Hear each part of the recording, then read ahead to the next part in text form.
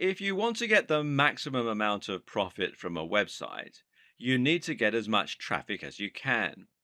If you want to get the maximum amount of traffic to your website, you need to get to the top of Google. And if you want to get to the top of Google, you need SEO, or search engine optimization. Search engine optimization is the process of optimizing a website so that Google will be more likely to index it and ensure that it ranks highly for the most relevant keywords and phrases. For example, if you have a website that sells hats, then you might try to get it to rank for the phrase buy hats online. To do this, you will go through an optimization process that would involve both on site and off site strategies. With any luck, you would eventually be able to get your website to the top of the SERPs, that's the search engine results pages, for that term, and thereby attract a huge amount of traffic. More importantly, that traffic would not just be from random visitors, but would instead be from specific people who are looking for hats. Better yet, those people will be looking for hats at the very point they came to your website. Why else would they search for hats? Which means they're ready to buy, and it should only take a small push to get them to make that decision. SEO can be a slow-going process, but it's still possible to climb the ranks and get your website to a point where it will start getting more and more organic traffic from searches. SEO essentially works by attempting to second-guess the algorithms used by Google to decide which sites to index and where to rank them. Google works by using bots, an index, and an algorithm. The bots, also known as robots or spiders, are small pieces of code designed to head out onto the web and look for content. They read web pages and they add that content to a massive index which Google can use as a reference. From there, Google will then use an algorithm to identify which content in that index is relevant to which search and which is offering value to the end user. Ultimately, the aim of Google is to help people find interesting content that will be relevant to what they're looking for. This involves a lot of factors, and the algorithm will look at how many links the content has, how visitors behave on that website, and the use of key phrases within the content. If a word or phrase is repeated often enough, then it is possible to deduce that said word or phrase is likely to be the subject matter, and thus should come up in searches for matching terms. SEO basically works by predicting and guessing how the algorithm works, because no one can be completely sure, and then using that information in order to engineer your website to get the maximum number of hits. It means gaming the system, and this in turn can allow you to trick Google into believing that your site should be number one. Of course, it's not quite that simple though, and actually, as we dig deeper, we'll see there are other more efficient ways of looking at SEO. Apart from anything else, Google is constantly updating its algorithms, usually with words beginning with P like penguin, panda, and pigeon, and that means second guessing Google can get you into trouble. Being effective at SEO means having an up to date understanding of how it works and knowing the core principles that underpin the different strategies. That's where this video series comes in.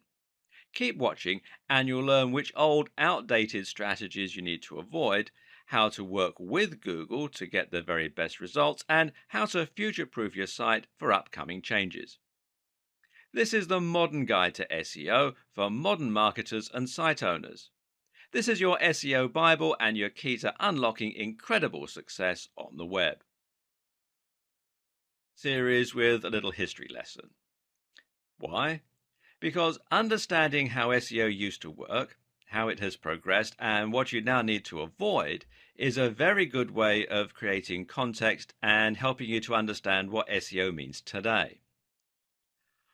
When SEO was first born, Google's algorithm was a lot simpler and manipulating it to your own ends was a lot easier as a result.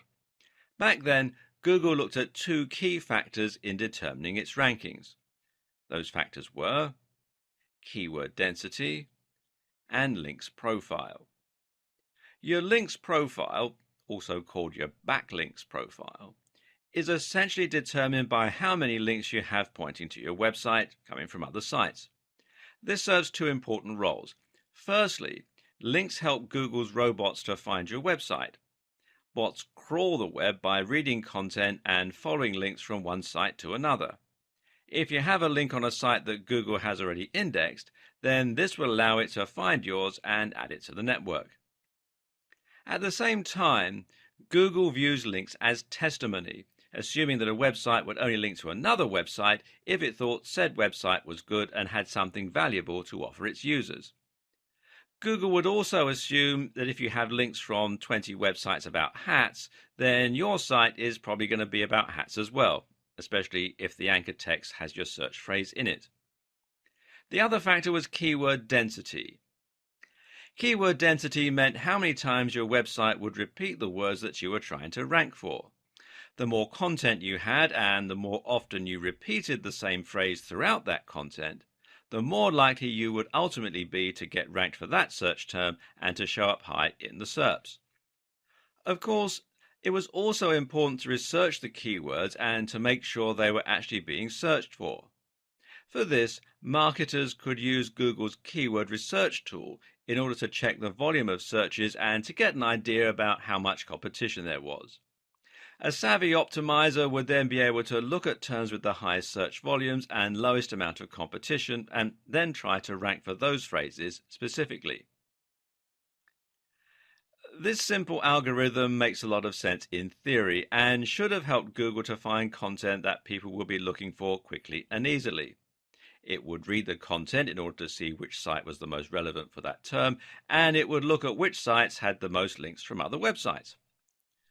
But the problem was, people eventually cottoned on to the way this worked and began to take advantage of it.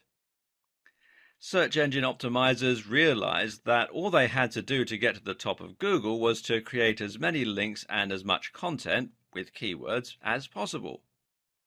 So webmasters began to spam link directories and content farms, submitting their links everywhere they possibly could.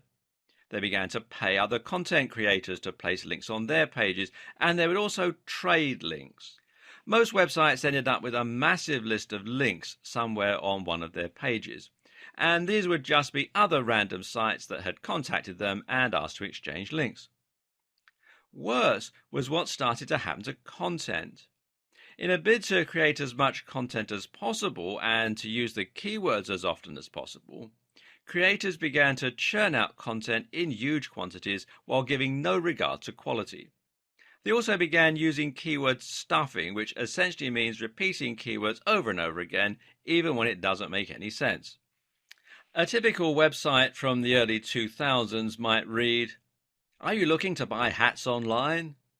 Then you have come to the right Buy Hats Online website. This is the best place to buy hats online for anyone who wants to buy hats online, Carolina." As you can see, this content is completely nonsensical and will be highly off-putting for any real visitors looking to make a purchase. And then it got worse still. Creators began to actively steal content from other site owners and spin it in order to make it unique. Now, Google won't rank duplicate content, otherwise it would risk making every search result identical. So, content spinning, as it came to be called, essentially means that you're taking an article or a blog post and using software in order to exchange many of the words for synonyms. So a sentence that read, "These are the softest, warmest and most attractive hats on the net," would become, "These are the most comfortable, most insulating and most beautiful hats on the web." And because the site owner didn't have to write that content themselves, this meant they could publish thousands of posts in a short space of time and bomb Google. Well, that's the theory at least. The reality is that, unfortunately, most spinners do this instead. These is the squitty-ish, hottest and very best beautiful hats on the fishing net. Again, it's just gibberish. So, by placing thousands of links on other sites, using their keywords as the anchor text, and by filling their sites with tons of useless content, website owners were able to get themselves to the top spot of Google. This system was so easy to abuse that some people could even get completely unrelated websites to the top of specific SERPs against the owner's will. You could make it so that searching for Big Idiot would bring up a picture of your friend, for example. This was called a Google bomb. Obviously, this started to make a mess of Google's results, and so Google had to adapt and get smarter. Because of all the abuse we talked about in the last video, Google had to change and adapt to maintain its spot as the #1 search provider. And to do that, it had to clamp down hard on those who were gaming the system and penalize sites that were cheating to get to the top spot. It did this by looking for obviously spammy strategies and de indexing or downgrading the sites. So, sites with keywords in their URL no longer enjoyed the same advantage. Sites with huge numbers of inbound links from low quality websites were de indexed. Sites caught buying links were de indexed. Sites that stuffed keywords were severely punished. Sites that had lots of backlinks with the same anchor text were treated as highly suspect, and the list goes on and on. Meanwhile, Google started to show preference towards sites that were longer, that linked out to other quality resources, which previously would have hurt your SEO, and more. These changes came in the form of algorithm updates, which had recognizable animal names and which got a lot of press from the internet marketing community at the time. These were Penguin, which was designed to reduce the effectiveness of unnatural backlinks, and Panda, which was designed to favor sites that looked high quality. Google doesn't want a website owner to be able to artificially climb its SERPs. Rather, Google wants websites to climb the ranks only when they're genuinely valuable and popular with the audience. It wants to see natural, organic links that you haven't paid for, and it wants to see deep, relevant, and interesting content. The old techniques that were once used to spam Google became known as black hat SEO, and the industry entered a dark period. It's hard to overstate just what the impact of these algorithms changes had on the SEO industry at the time, and on countless other industries as well. These changes ended up completely de-indexing massive websites overnight. Sites that had followed conventional wisdom to get to the top spot on popular search were now completely de-indexed, cutting off the vast majority of their traffic and sales. This led many to proclaim that SEO was dead, that it was no longer possible to game the system because you would be penalized for buying links or for stuffing keywords. And even if someone could break Google's new algorithm and work out a new way to game the system, it would only be a matter of time until Google changed its algorithms again. The industry as a whole was in trouble, and SEO became a dirty word. Many people felt that SEO and black hat SEO were synonymous, and more people began to turn to social media for marketing, with the likes of Facebook and Twitter massively on the rise. But was SEO really dead? Not at all. It was just going through a metamorphosis. SEO is not the techniques we use to get our sites to the top of Google. SEO is simply the objective of getting to the top of Google. Any technique you use to try to get more attention from Google could be considered SEO. So, if Google wants us to create a high quality website, then creating a high quality website becomes SEO. The hard part is just unraveling what Google's idea of a high quality website should look like. Keyword research is still useful, for example, but we now know that Google doesn't want us to overly stuff our websites with those search terms. Instead, the recommendation hovers at around 1 to 2% keyword density. So, if you write a long article and include the search term a few times, that should be enough, as long as it's also in your code a little or in your file name. It's also worth noting that Google looks for keywords in specific places in your content and gives those extra value. Google will consider it a strong sign if your keywords are used in your headers or in the first paragraph of your content. Google also looks for synonyms, though, and related language, which is something that we'll discuss more later on. And it no longer cares about how many links you can get. It cares far more about how high quality those links are. So, if your links are from lots of highly trusted websites, then you'll find it does great things for your ranking. Google is also now looking at things like bounce rates, how long someone spends on your website, and it's looking at how your site renders on mobile and how quickly it loads. You can now get penalized for typos and mistakes. And Google is also looking at social sharing signs. If you have lots of plus ones from Google Plus, for example, then this can have a large positive impact. In short, Google is looking for signs of quality, relevance, and great design. At the end of the day, Google does not care about you as a content creator. You're not Google's customer. Google's customer is the end user who searches for a key phrase because they want to get relevant information or find the answer to a question. So, if you forget the specifics and instead make your aim to deliver high quality content consistently targeted towards a specific subject matter, then your goals will be aligned with Google. That means Google will want to share your content with its users. And it means that each update and change Google makes should actually benefit you as a creator. This is what good SEO is about today. Forget trying to trick Google and instead think about your users and think about working with Google. Regardless of all the changes that have happened, it's still possible to separate our SEO into largely on page and off page. I'm going to talk about on page now and off page in the next video of this series, but both are important. On page, of course, refers to all the strategies that you can use within your pages to get Google interested in your site. This begins with content, and it begins with having a stronger understanding of the subtle changes Google has gone through in recent times. One of the first things you're going to need to do is to fill your site with great content and to use your keywords throughout. There's a fine line to be walked here. You need to repeat the phrase a few times to ensure that you create that association. But at the same time, you also need to make sure that you don't overdo it and thereby appear to be spamming. Too vague? Well, as I mentioned, it's now agreed that the optimum keyword density for on site content is 1 to 2%. This means you can use your phrase once every 100 to 200 words, but you also need to use your common sense a little. Some keywords are easier to use in a natural manner than others, and making sure your content sounds natural should always be the number one concern. Some keywords will be hard not to repeat 100 times.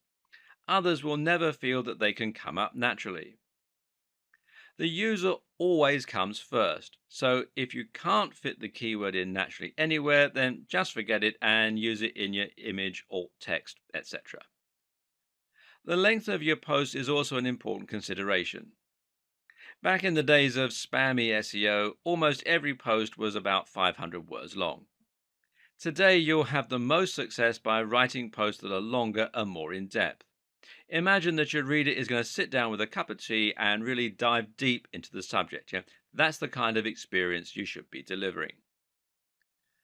This has another advantage because it means that you can repeat your key phrase a lot more while keeping your density low. If you repeat your keyword 100 times and your content is 1,000 words long, then that's a 10% density. If your content is 5,000 words long, that's 2% density. Of course, 5,000 words is too long for most blog posts. Instead, the general consensus is that an ideal blog post will be somewhere in the region of 800 to 1,500 words. But again, remember that you serve your visitors first and foremost. These are the people that you want to impress, and that means you shouldn't worry too much about length. Do what comes naturally to your subject matter. Oh, and while you're at it, try to vary the length of your post a little. This again looks more natural and suggests to Google that you're not following a strict formula of any kind. At the same time, you also need to consider something called LSI, or latent semantic indexing. This is basically a fancy term for how Google now understands actual meaning rather than just looking to match words. The way it does this is at least partly by looking for synonyms and related terms when trying to answer questions. In short, don't just use the exact key phrase, but be sure to use lots of relevant and related language. This is important partly because it can prevent a mismatch between searches. If someone searches for a homonym like duck, how does Google know whether they mean the bird or the movement? Simple, by looking for related terms like duckling and feather, or perhaps dodge and dive. At the same time, the use of synonyms and related language again shows Google that there is a lot of content revolving around the same topic. It's not just a case of having mentioned the search term a few times in an otherwise irrelevant piece of writing. So, if you're writing about bicep workouts, then you need to make sure to include lots of related language like arms, triceps, dumbbells, training, weightlifting, etc. Doing this will confirm the subject matter of your site and will look a lot more natural and useful than if you just use the phrase. And for the same reason, it can also be a good idea to use variations on your key phrase and to have secondary search terms. For example, if your key phrase is build massive arms, then you should also try to include the terms build big arms, build big biceps, get big biceps, etc. Google now knows that this means the same thing, but won't be as likely to penalize you for keyword stuffing. It also makes you look like a better writer for your visitors. Essentially, try to keep in mind that Google no longer works by trying to match the search terms exactly in your content. You can see this yourself when you search Google. Search get big arms, and many of the results that come up won't actually include those precise words. Likewise, linking out to relevant sources might help Google to better understand the topic of your pages and posts, while also demonstrating that you're trying to provide extra value to your visitors. On that same note, you should also look at rich snippets. Using structured data, you can highlight to Google certain key elements of your content, like recipes, dates, company names, scores, etc. This helps Google show some of that information in the SERPs, the search engine results pages, and thereby attracts more visitors to your site. There are plugins which will let you do this easily, or you can do it through meta tags. Either way, you'll use this to do things like highlighting the ingredients in a recipe, or the show times of a play, or the score in a review. This is important because it lets Google understand your content even better than it is already able to do. Google is no longer just a search engine, but rather an AI. This is the direction that Google is heading, and being able to understand and utilize this might just be the key to SEO success in the future. Right now, using structured data and rich snippets will allow information from your site to appear right in the SERPs. This way, if someone searches for a recipe, they'll be able to see the ingredients for your version before they even click on your link. This means your listing will take up more space and demonstrates the value of your site. In turn, this means you're going to attract more clicks than a site without that information. The next element of on-page optimization is the site design itself. Using breadcrumbs, for instance, can help a lot, as can using alt tags for your images so Google knows what they are. More important is the actual function of your website. Does the page load quickly? Is it mobile friendly? Mobile friendliness in particular is something you absolutely cannot ignore today. In terms of the actual design and function of your website, the main goals are to ensure that your site will load quickly and that it will look great on mobile. Again, this helps to keep people on your site longer because it will be enjoyable for them to be there.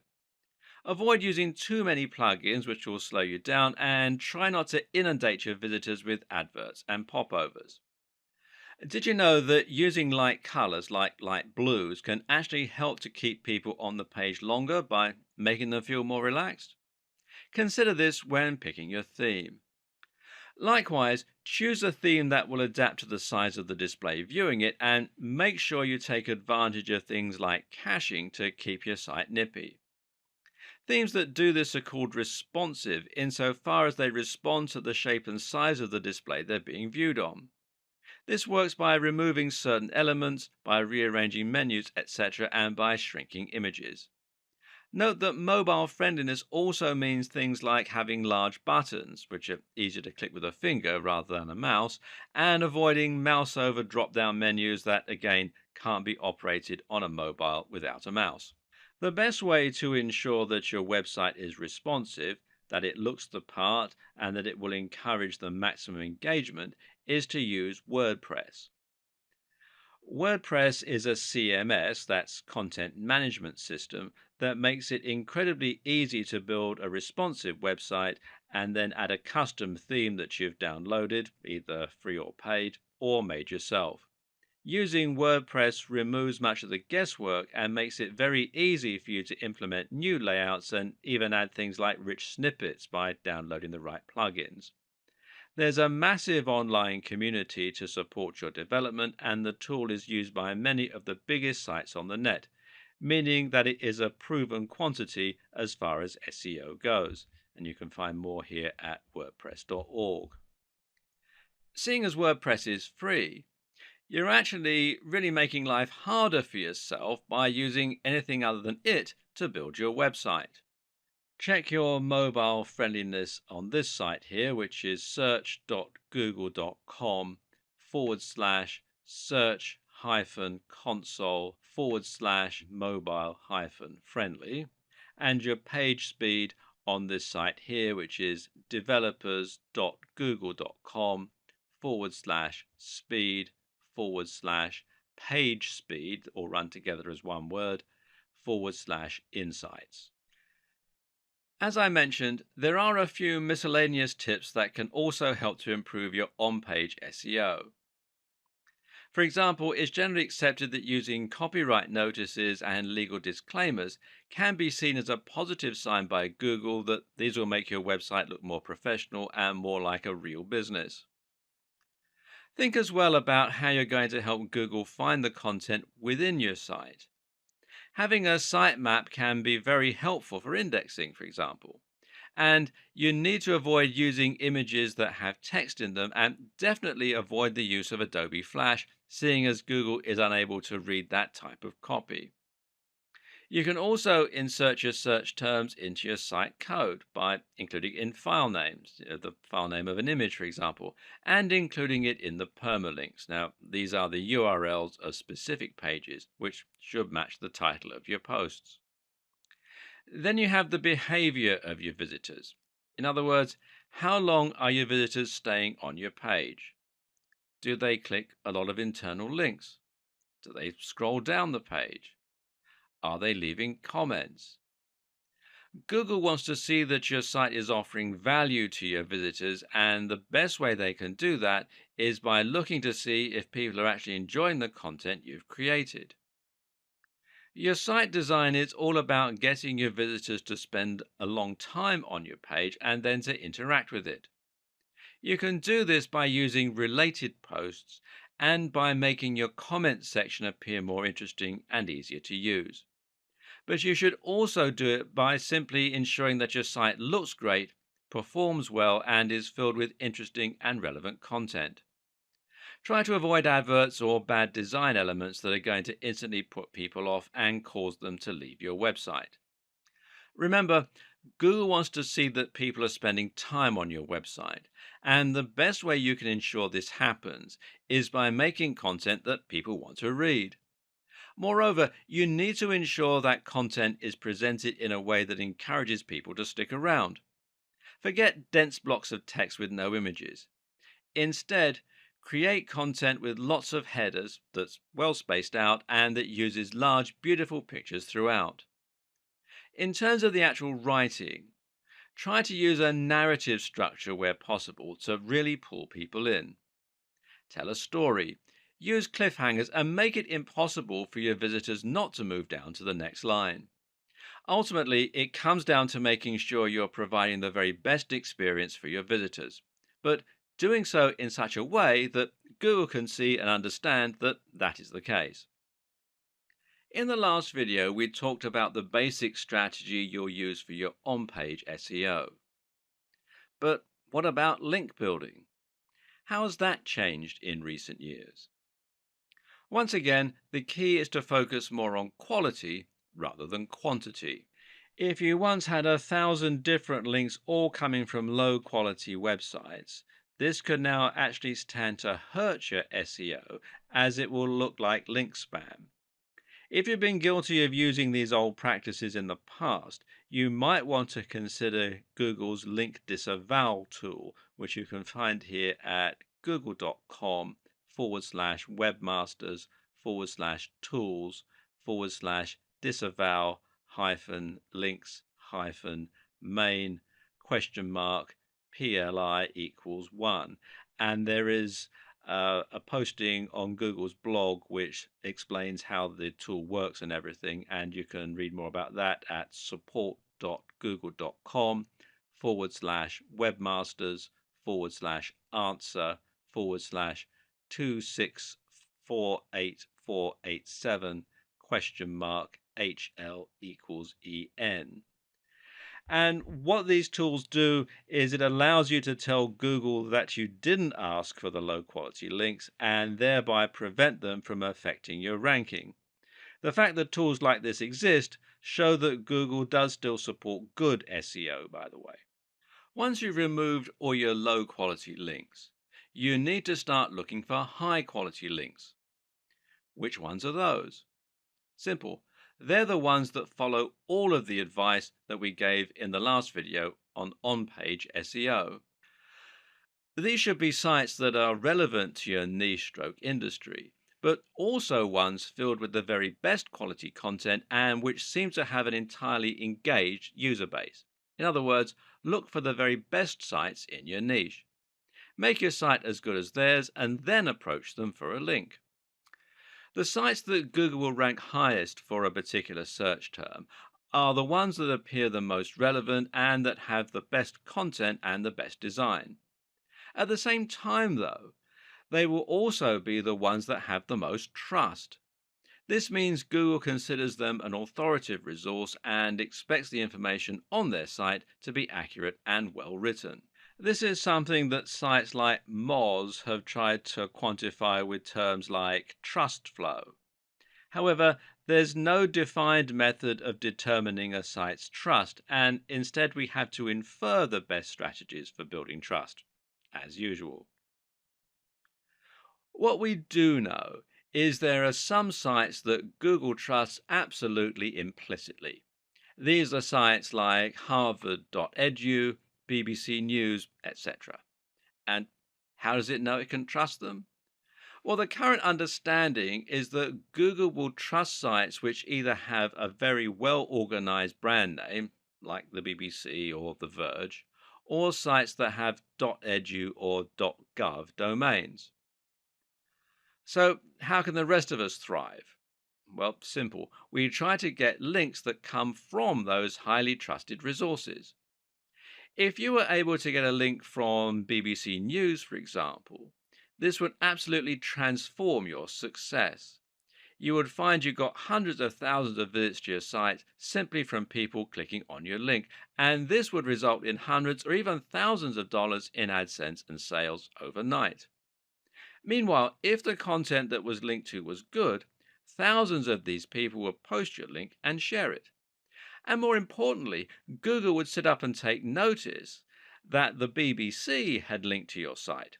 A highly trusted authority is linking to your site, suggesting that your site is also a highly trusted authority. This will be worth more to you than a million links you bought, traded, or posted on link directories. If you can't get a link from the BBC, then where can you get a link from that will have a similar result? Unfortunately for many of us, it's nearly impossible to get a response from a massive site like the BBC, unless perhaps we have a newsworthy story and a useful contact. And so we're going to have to look elsewhere. A good place to start is with the Google News section of the SERPs. If you search for something like election results during an election, then you'll find that a few results are highlighted at the top of the page with an image and a snippet of text, as you can see here. Now, if you click here on the News tab, you can find more news and stories.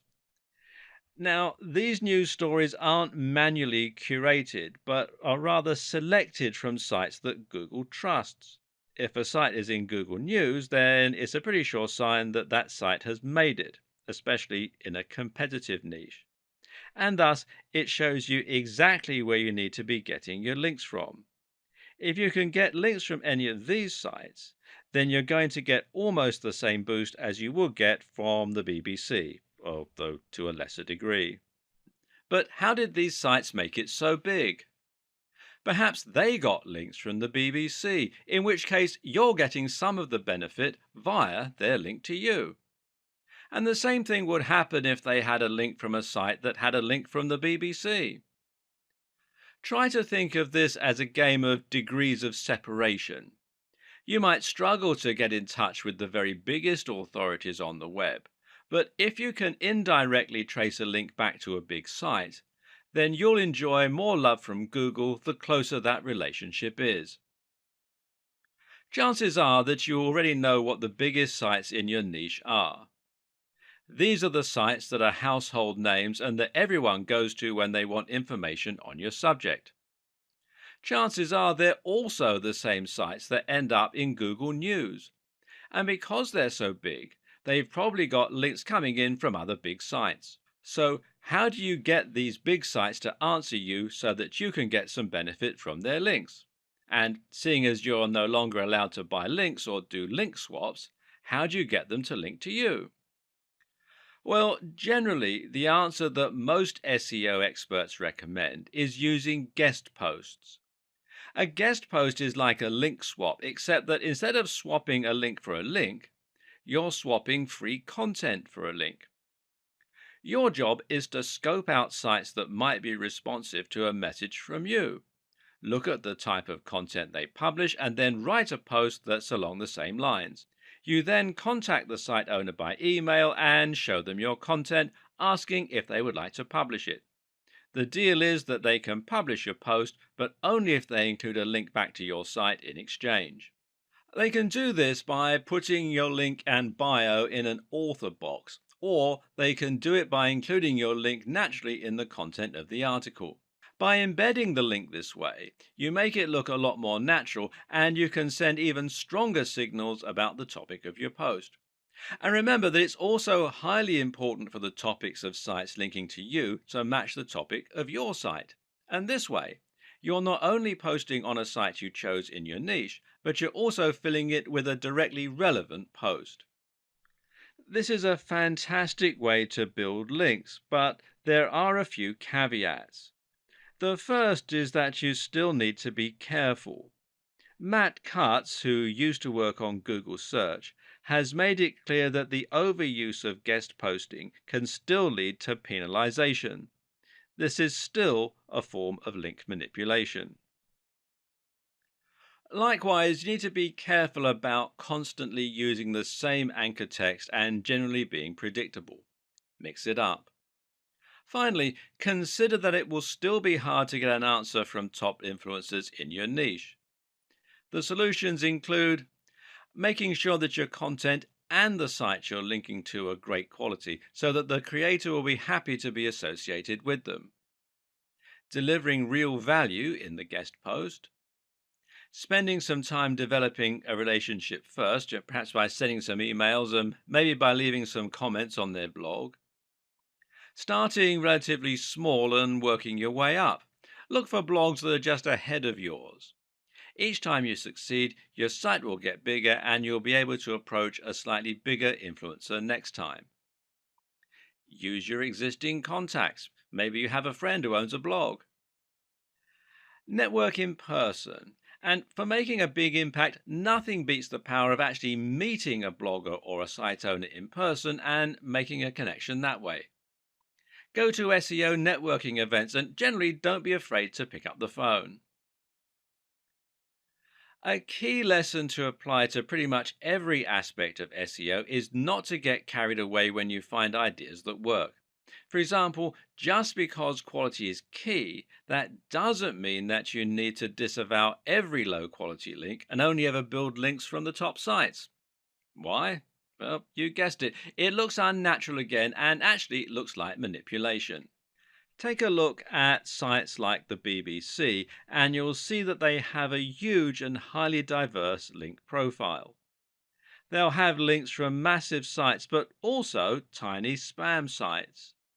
When a site is truly successful, it'll lose control over all of its links, and this can be useful to make your links profile as diverse as possible. And one of the very best ways to do this is with link bait. Link bait is an article you've written specifically to try and get as many links to it as possible. How? One answer is to make your article a powerful resource, meaning that it will become a place for people to learn a particular subject matter. An example of this is the excellent guide to testosterone published on the art of manliness.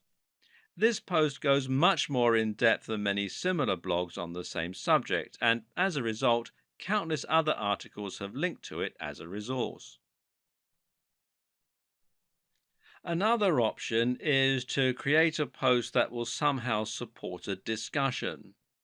A good example of this is the post How to Win an Argument with a Nutritionist, which includes links to studies that disprove outdated notions about nutrition. The article is perfect link bait because people will regularly use it in online arguments to prove their point. Finally, one more very useful strategy for your backlink strategy is to perform backlink research for other sites. Look at your competition and look at which sites have got the most traffic in your niche. Then, once you've found which ones those are, try to get links from the same site. Not only does this method ensure that you're going after the right links that have a proven track record, but it also helps you to find links that are likely to allow guest posts. Good SEO means forgetting SEO and concentrating on your user. It also means forgetting SEO insofar as you're going to be trying to merge your different marketing strategies to create one bigger approach. It means trying to write amazing posts and share them on SEO so that you get more links, and it means writing great content that keeps people on your page longer. Stop thinking in terms of SEO and social media marketing, and instead think about your SEO in terms of content marketing. Regardless of your strategy, there is no doubt that content is absolutely the most important asset when it comes to attracting traffic and impressing Google. But just what is content marketing? Content marketing is about creating content that will help Google to find your site and posts and to ensure you rank highly in the search engine results pages. While this is a powerful and useful effect, though, it's actually only one part of what content marketing is all about. At the same time, content marketing is about building a relationship on your site and ensuring that people begin to trust what you have to say. It means demonstrating your knowledge and point of view to the point where people seek you out as an authority. Once you get to that point, you'll be considered an expert in your field and you'll be able to greatly influence your audience, possibly influencing their buying behavior. So, how do you get to this point? Well, the key is to think about the sites and blogs that have influenced you over the years and the ones you read regularly. This isn't about building trust with Google, but rather it's about building trust with your readers so they want to keep coming back. The main thing normally is delivering value. Each post you create for your blog should provide some useful and/or interesting information that is actionable. At the same time, it should offer something that isn't available elsewhere, and it should be in-depth and comprehensive. This differentness is incredibly important and is something that all too frequently gets overlooked. If you're trying to stand out in a crowded niche, say the fitness niche, then it's not enough to simply write posts on how to get abs or how to lose weight. There are countless articles out there with the exact same title and subject matter. Instead, you need to concentrate on offering something that will be different, which might mean writing about an entirely new training method, or it might mean writing about something that examines the psychological motivation to train. Always ask yourself, would you read that content? Meanwhile, you need to be consistent in posting this kind of content and you need to be smart with your branding. Your brand needs to evoke your mission statement and your ethos. People should know from your website design and logo alone exactly what kind of subject matter you're likely to deal in and what they can expect from your site. This is also how you can build brand recognition and a consistent image across different forms of marketing, including on different forms of social media. Write for a specific type of person and try to make your brand into a movement with a clear objective. That way, people can actually get excited about you and will really get behind what you're trying to do. But the main goal is to offer consistent value and to become a source that people can start to trust. That way, when someone searches for an answer to a question, they might read your post and be impressed. If you then come up in the search results again, they might recognize you and be more likely to click your listing over the rest. Then they might decide to look around the rest of your content after they've been impressed a few times. Eventually, you'll become their go-to source for answers in your niche. Well done. You just won at content marketing. The key is to consistently deliver value so that people come to your site for answers. And this is also, ironically, what will get other good sites to link to your site. This is the perfect example of emergent SEO. In this case, you're working with Google by writing amazing quality content, and Google is rewarding you. This is how you truly grow in an organic way. And content marketing like this also makes a lot of sense from a business perspective. That's because people will be much more likely to buy from you if they recognize, know, and trust your brand. If all of this is sounding a little complex, you might be considering skipping the hard part by outsourcing your SEO. But can you trust an SEO company to do the best possible job for your site and for your brand? While there are a ton of great SEO companies out there providing valuable work and helping companies to reach new heights in terms of their exposure and profits, the unfortunate fact of the matter is that there are probably more not so great SEO companies. These are the companies that didn't get the memo when Google changed. They're the companies that still insist on keyword stuffing and link spam. Worse still are the companies that knowingly don't do anything and just take your money. And the problem is that it isn't easy to tell the two apart.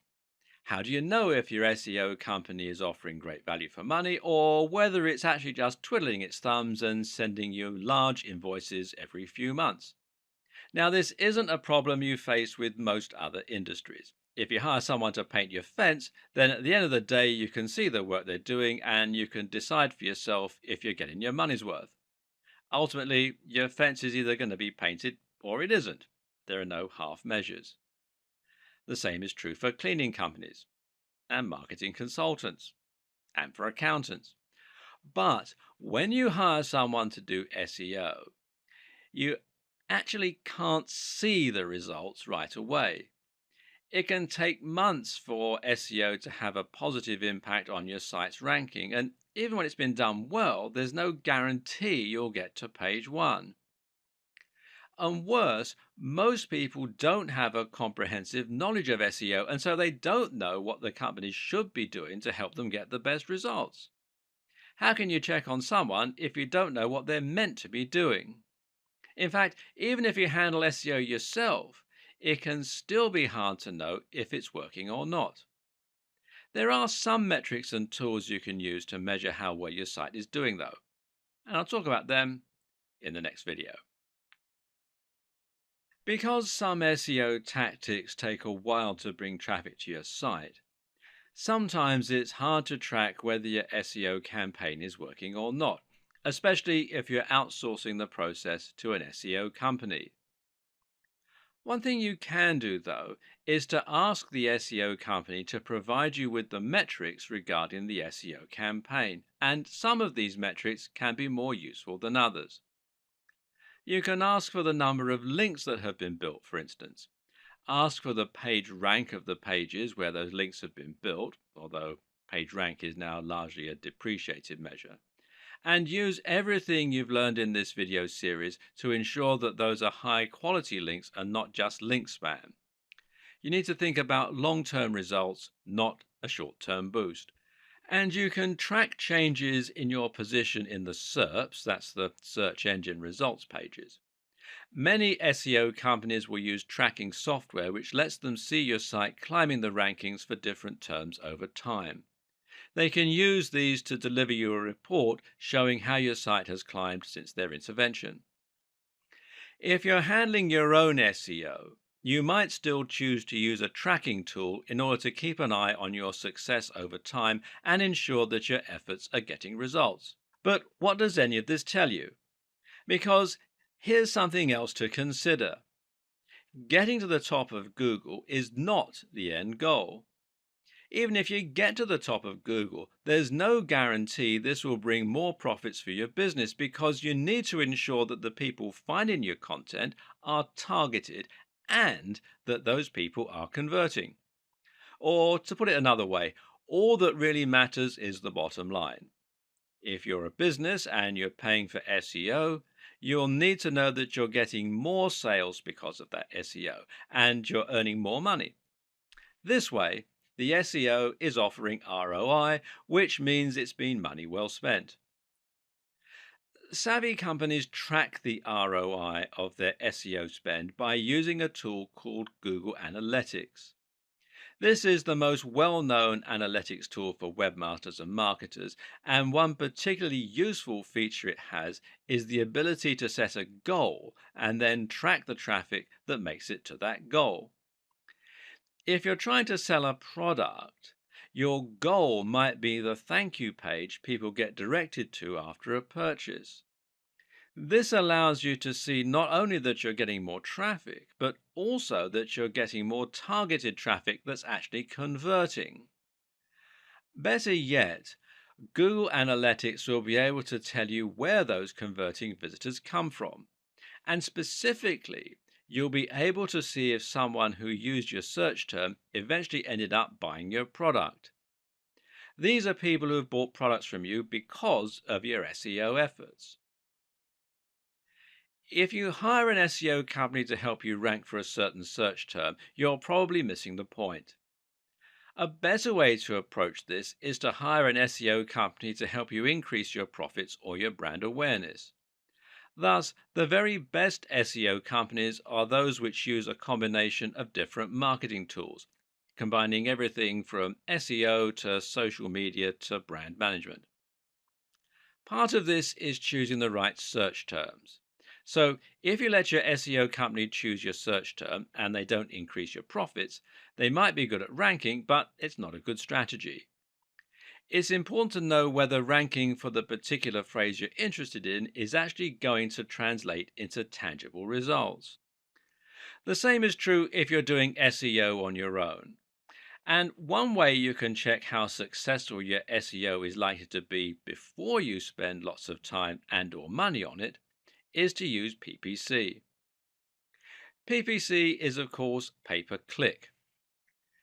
This is a type of advertising that involves paying each time someone clicks on an advert and visits your site. The two most popular PPC choices right now are Google AdWords and Facebook ads. It's equally important that you use analytics in your own SEO campaigns for the very same reasons. Good SEO is about constant iteration and seeing which actions are having the best impact on your tracking. Struggling to rank for a certain term? Then you can consider aiming for another one. Finding that people from an unexpected search term are converting more highly than those from other search terms? Then it might be time to switch gear and start trying to rank for that phrase instead. Setting up Google Analytics is thankfully rather simple. First, you need to head over to Google Analytics, which is google.com/analytics. And then you'll need to add a small tracking code to each page of your site. If you're using WordPress, you can also use a plugin to do this. Then you can set up your view, which will let you choose which stats you want to look at. Some useful things to look at here are your audience overview, and this is key data regarding who is looking at your site, which can help you to better target specific demographics. Acquisition, this is where your traffic's coming from.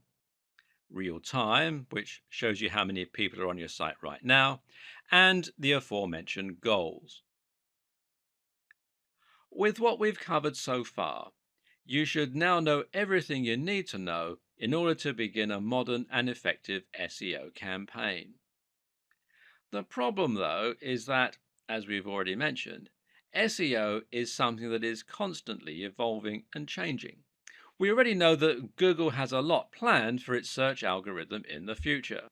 And the first big change we can expect to see going forward is the introduction of a real time algorithm. This means any changes made to your site's SEO might be reflected immediately in the search results. This is expected to affect Penguin predominantly, which means it will have the biggest influence on inbound links and whether your backlink profile is mainly made up of high quality links or spam. In this case, adding a spam link to your site could result in an immediate downgrade to your ranking. Likewise, though, the reverse could also be true. Using the disavow tool could help you to see an immediate recovery, while a very good link could result in an immediate boost to your site. It's also not too much of a stretch to expect that in future we might see this start to apply to other aspects of SEO, including the ranking of sites and pages. We already see newspaper stories appear very quickly in Google's search results. So, what should you do to make sure that you'll benefit from these changes? How can you future proof your site in this regard? Well, one tip will be to stay on top of your links disavowing and to make sure you're constantly adding links and removing the unnecessary ones. In the future, bigger sites may need to have a whole dedicated team working on keeping their links profile healthy around the clock. Likewise, make sure to keep updating your site regularly and to keep the date as a schema in all your content. One good way to know what's coming in the world of SEO is to keep your eyes peeled to industry news sites and specifically to Google's own blog. Another is to think about the direction that Google is heading in and to try and guess what its larger plans are. And right now, everything is pointing towards a heavy investment in voice search and AI. Google is not just a search tool. With the capability of reading and understanding human language, Google is an AI. And what's more, it's shaping the way we develop our content, whether we like it or not. And it is embracing this more and more with each new update and each new product. Google Now is the name of Google's assistant service that combines search, digital assistant, and all the data that Google collects about us into one incredible tool. This is the real reason Google had to move towards latent semantic indexing. It needed to understand the content rather than just look for matches. And this is why Google needed to start using rich snippets and structured data so that it could understand the key facts from the web. This is what allows Google to use its quick answers box. Ask Google, how old is Barack Obama? And it won't just bring up a website, it will tell you. And Google also has localization and previous query functions. These allow it to suggest searches based on what you had previously searched for. For example, if you often research a particular celebrity, then in the future, Google might recommend searches relating to that celebrity. Google's personalized search also takes this into account, while its local search ensures that it will also be able to find results that are relevant to the area you're in. All of this combines when you use Google Now via voice search through Google Allo or Google's new Pixel phones. Here, you're able to conversationally ask Google what time it is, what the highest mountain in the world is, how high is it exactly, all that sort of stuff. This is the direction that Google is moving in, but what does it mean for the future of SEO? Will creators miss out when Google starts providing visitors with answers without them needing to visit our pages? For now, creators can start to focus on the Google Knowledge Graph, which is what powers many of the more complex components on the SERPs. Use semantic markups to ensure that Google will be able to find the answers to your questions. Build authority so that Google will know to trust your site, and try to use nouns in your language to make it machine readable. Being featured in Wikipedia is also thought to be useful for KGO, that's Knowledge Graph Optimization. Linking out to quality resources is also thought to be good for your KGO. Will you gain visitors from being featured in the knowledge graph? Well, perhaps not. But this is certainly an indication that you've gained Google's trust, and that can do a lot to help improve your brand awareness and to gain more trust from the users as well. For those reasons, it's certainly a worthy goal. We've covered an awful lot of ground and even speculated at what the future of SEO might entail. At this point, you may be wondering where to start and how to put everything you've learned into action. So let's simplify for a moment, shall we? Here are our key takeaways. First off, Google is getting smarter to the point of becoming an AI with a lot of personal information about its users. Google is increasingly understanding what content actually means rather than just what it says. You should not try to trick Google. Work with Google to provide your users with the most relevant, well informed, and entertaining answers to their questions. Prove that you are trustworthy by connecting as closely as possible to high authority sites. Use structured data to further explain your posts. Don't keyword stuff. Write naturally using synonyms, relevant terms, and lots of nouns. Build a brand and focus on consistent quality. Post regularly and build the trust of your users with content marketing. Use guest posts and aim for the sites that have Google's trust already. Think of SEO as one small part of a much more cohesive marketing strategy. Combine excellent posts with social sharing and link bait. And finally, measure and monitor what is working and update your strategy on the fly. Another tip is to make sure you do your research and examine which terms to target before you set out. But even more important than that is to choose the right niche. This means picking a niche that has a large enough appeal to give you a big market, but at the same time, it means picking a niche that won't be too competitive for you to make any dent in. Look for subject matters that cater to a specific audience and that people can really get passionate about. And make sure that you are passionate about it too, because when you really love what you're writing about, all the high quality content, all the great connections, and all the consistency really come to the fore. Stop looking for quick wins and focus on building a trustworthy brand filled with incredible information. If you do that and you do just the smallest bit of marketing to give yourself a push, then Google's algorithm should do the rest and reward your enthusiasm.